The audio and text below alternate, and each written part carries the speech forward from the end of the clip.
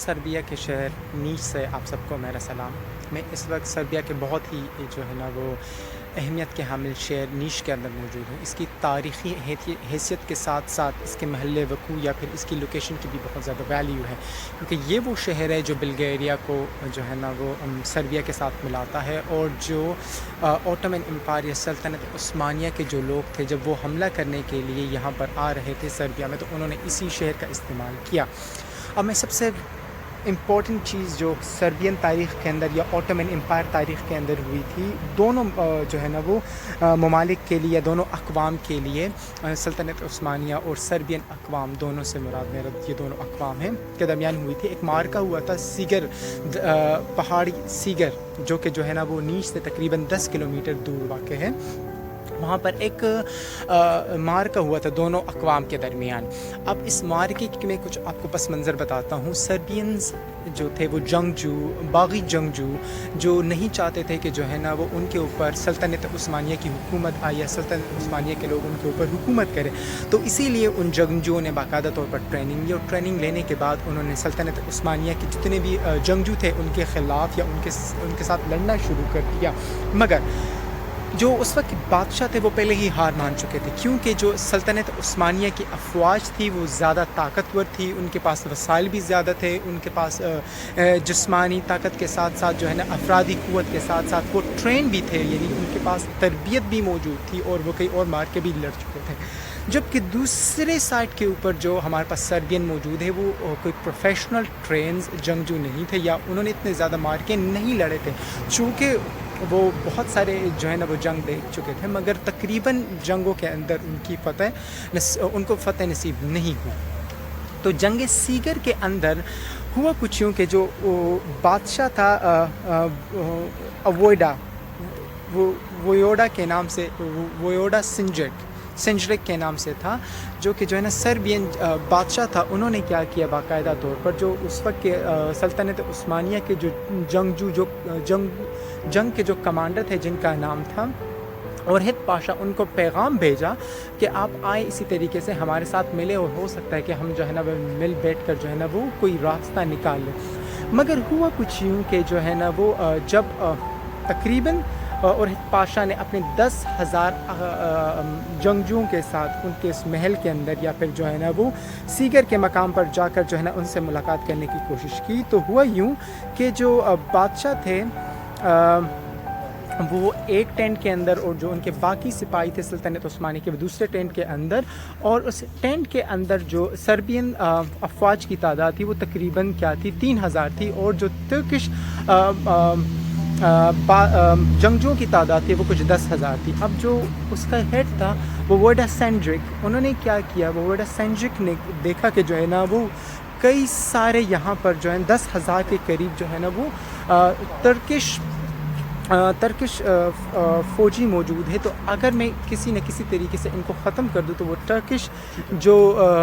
ताकत होगा शायद उसके अंदर कुछ कमी आ जाए और शायद हम जो है ना ये मार का ये जंग जीत जाए। मगर अब वो करे कैसे, तो उनके जहन में एक तरकीब ये है कि अगर वो क्या करे, जो उनके पास एक गोला है जिसके अंदर बहुत सारा जो है ना एक्सप्लोजिव मटेरियल या धमाका खेज़ मवाद है, अगर वो उसको किसी तरीके से जो है ना वो जला दे तो हो सकता है कि जो है ना वो क्या कर सके, वो इस जंग को जीत जाए। अब उन्होंने उन 10,000 फ़ौजियों को अंदर बुलाया, और बुलाने के बाद 3,000 जो सर्बियन फ़ौजी थे उनको भी क्या किया, उनको भी बाकायदा तौर पर उन्होंने वहाँ पर बुलाया और रखा। और इसके बाद जब उन्होंने वो एक्सप्लोजिव मटेरियल जलाया तो 10,000 फ़ौजी जो जिनका ताल्लुक़ सल्तनत उस्मानिया से था वो शहीद हो गए, और जो 3,000 सर्बियन थे वो भी इसी जो है ना वो हमले के अंदर जान बहा। चूँकि ये बहुत बड़ा लॉस था उर्शद पाशा के लिए, जो कि जो है ना वो जंगजू और रहनुमा था या लीडर था जो है ना वो सल्तनत उस्मानिया के एक ट्रूप का, तो इसीलिए उन्होंने ठानी कि वो अब क्या करेंगे, वो जो है ना वो इनसे बदला लेंगे। सीगर के मकाम पर जितने भी अफवाज मौजूद थे उन सब का उन्होंने सर कलम कर दिया, और कलम करने के बाद उनके जिस्म से उन्होंने क्या किया, बाकायदा तौर पर स्किन उतारी।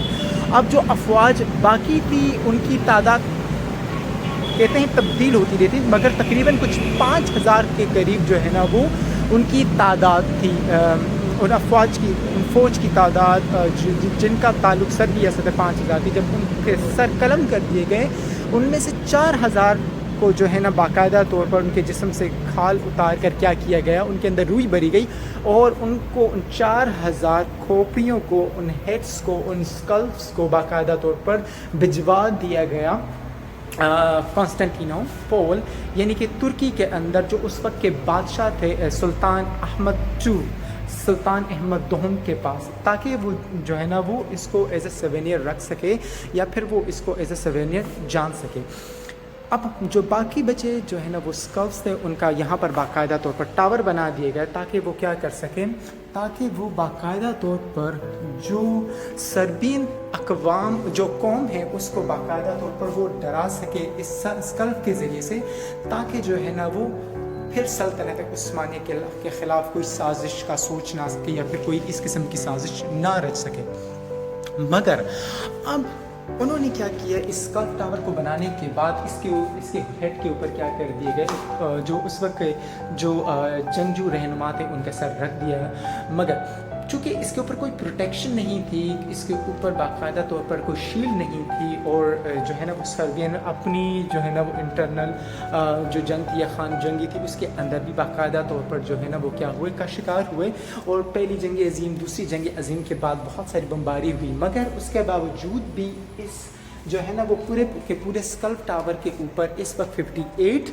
وہ اسکلپس موجود ہیں، جن کا تعلق جو ہے نا وہ جنگ سیگر کے جو ہے نا وہ افواج سے ہے۔ اور اگر میں آپ کو اس کا پیٹرن بتا سکوں تو اس کا پیٹرن کچھ یوں ہے کہ اس کے اندر 14 روز ہیں، اور ہر ایک رو کے اندر جو کولمز ہے، ان کولم میں سے تقریباً جو آپ کے پاس جو ہے نا وہ 70 کے قریب کھوپڑیاں موجود ہیں۔ اب بتایا گیا کہ اس کو توڑ دیا جائے، مگر جو سربین قوم تھی انہوں نے کہا کہ ہم اس کو باقاعدہ طور پر رکھیں گے تاکہ آئندہ آنے والی نسلوں کو ہم یہ بتا سکیں کہ ہم نے کون کون سی قربانیاں دی ہیں اور کس طریقے سے سربیا آزاد ہوا ہے۔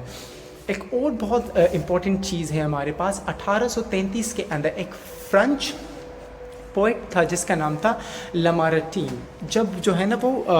مشرق کی طرف یعنی کہ جو ہے نا وہ بلغیریا اور بلغیریا سے ہوتے ہوئے